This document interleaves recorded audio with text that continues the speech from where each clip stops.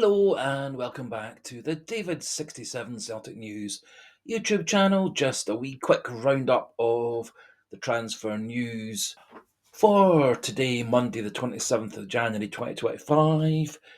At last, two definite confirmed stories. One player leaving the club, one player rejoining the club, plus some news on Louie Barry of Aston Villa, some potential news regarding Kieran Tierney coming back to Celtic. Before we do crack on with the video, just a wee polite suggestion, encouragement. If you aren't yet subscribed to the channel, please do click that subscriber button. Just one or two new subscribers every day does make me so happy. If you do like the video, please do click that like button. It does help with spreading the channel and spreading Celtic Football Club to more and more football fans and Celtic fans on the YouTube channel. And do put your pleasant, polite thoughts, opinions, theories into the comment section for a nice wee debate amongst like-minded Celtic fans. So, back to back, around about the middle of the day, it was announced that Jota was coming back to Celtic from Rennes, and at the same time, Kyogo was travelling the opposite way from Celtic to Rennes. The deal to bring Jota to Celtic is thought to be an £8.4 million transfer, although there are some sites that are saying that the deal is actually in the region of 5 to 6 million, but most sites are going at 8.4 million. Jota has signed a 5.5-year deal with Celtic, which is very encouraging, both in terms of Jota's intentions to stay at Celtic and also Celtic's intentions to keep Jota at the club for as long as possible. Jota, very, very positive in his press conferences and interviews upon re-signing for Celtic. He's had kind of 18 months in the wilderness, very unsuccessful year in the Saudi League, and then signing for Rennes in the summer, however, never really establishing himself in the Rennes team.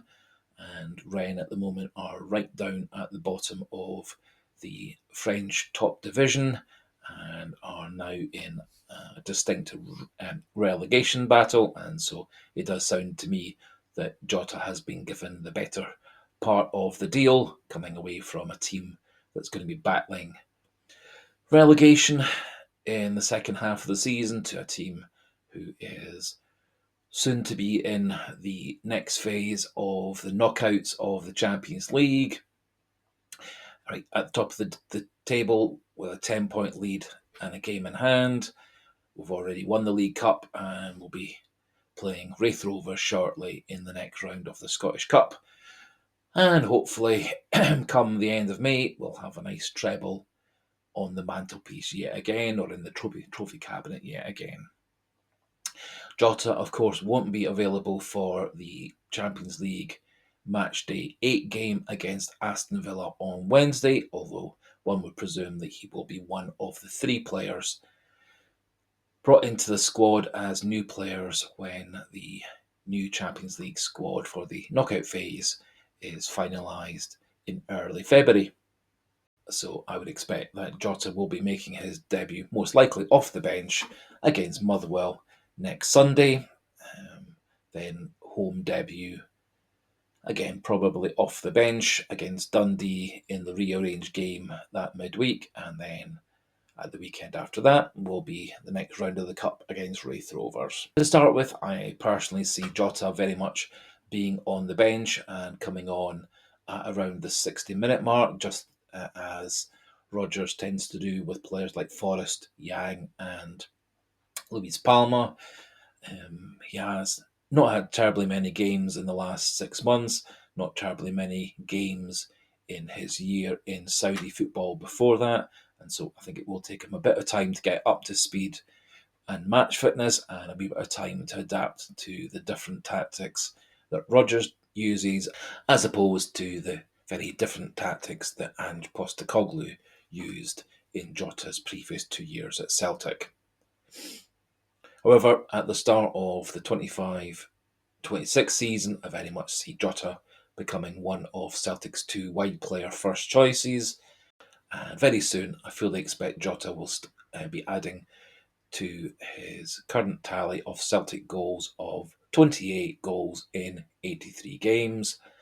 And I think the addition of him to the squad is going to help improve the squad, improve the power of our bench, and help us to the treble at the end of the season. However, sad to see Kyogo going. He's had a brilliant 3 and a bit year career with Celtic. 85 goals in 165 games for Celtic, so pretty much a goal every couple of games, which is a very good output for a modern day striker. He has joined Rennes on what's thought to be a £10 million deal and has signed a 2.5 year contract with Rennes. And as I may have mentioned previously, in interviews when back at home being a football pundit in Japan, Kyogo had talked about having 2 or 3 seasons in one of the bigger European leagues and then returning to Japan after 2 or 3 years further in Europe to finish off his career with a few more seasons up to mid-30s, then retiring from the J League and from football at that point. Do hope that Kyogo has a successful time at Rennes. I do also hope that they manage to fight off the relegation battle and get themselves established back towards the top of the table where they have been previously. One Celtic target was rumoured to be Louie Barry of Aston Villa. There were quite a number of English Championship teams looking at signing him as well. It became very clear that Aston Villa were looking to loan Barry in the winter window rather than selling him. And for that reason, it's thought that Celtic dropped out of the battle for Barry. And he does now appear to be just about to sign on loan for the remainder of the season with Hull City in the English Championship. The story of Kieran Tierney coming back to Celtic still has not reached fruition. Continuing stories on multiple sites that the freedom of contract signing of Kieran Tierney to come to Celtic in the summer of 2025, that continues to go on and on. It's supposed to be in the next 24 hours, and then 24 hours later, it's going to be in another 24 hours. But I fully expect over the course of this week that will be ironed out and signed. I think the hold up probably is that Celtic and Arsenal are in negotiations as to whether Tierney comes on loan for the remainder of the season, signing now, or just comes at the end of the season on a freedom of contract. I think in the end, I fully expect Tierney will be signing on loan for the spell of February through to the end of May, and then joining Celtic formally the next day on a lengthy contract under the freedom of contract rules. Finally, just a wee update on the situation regarding Matthias Kvistgaarden of Brøndby, 22-year-old under-21 Danish international, scored a good number of goals and assists for Brøndby over the last 3 years in Danish football. Celtic have been scouting him and following him for the last 3 or 4 transfer windows, but never made a full formal bid for him. A lot of different stories as to how much Brøndby are looking for him. Many saying 8 or 9 million, some saying 10 million, and a few are saying that Brøndby would be looking for a record fee of 13.5 million. At this point, there is a lot of confusion as to what is or isn't going to happen, but I think there are a lot of indications that Celtic are going to make a formal, concerted, strong bidding process for Kvistgaarden in this winter window, as I think it is important to get one, if not two, good top-level strikers in to support Adam Ida, Dyson Maida moving across from his wing, backed up by Johnny Kenny as our main 3 first-team strikers.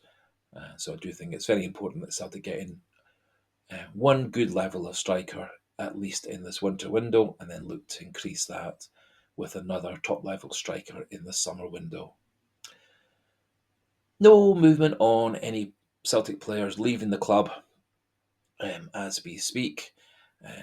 No real stories regarding Louie Palma, Mike Navrocki, or Yang, or any other players.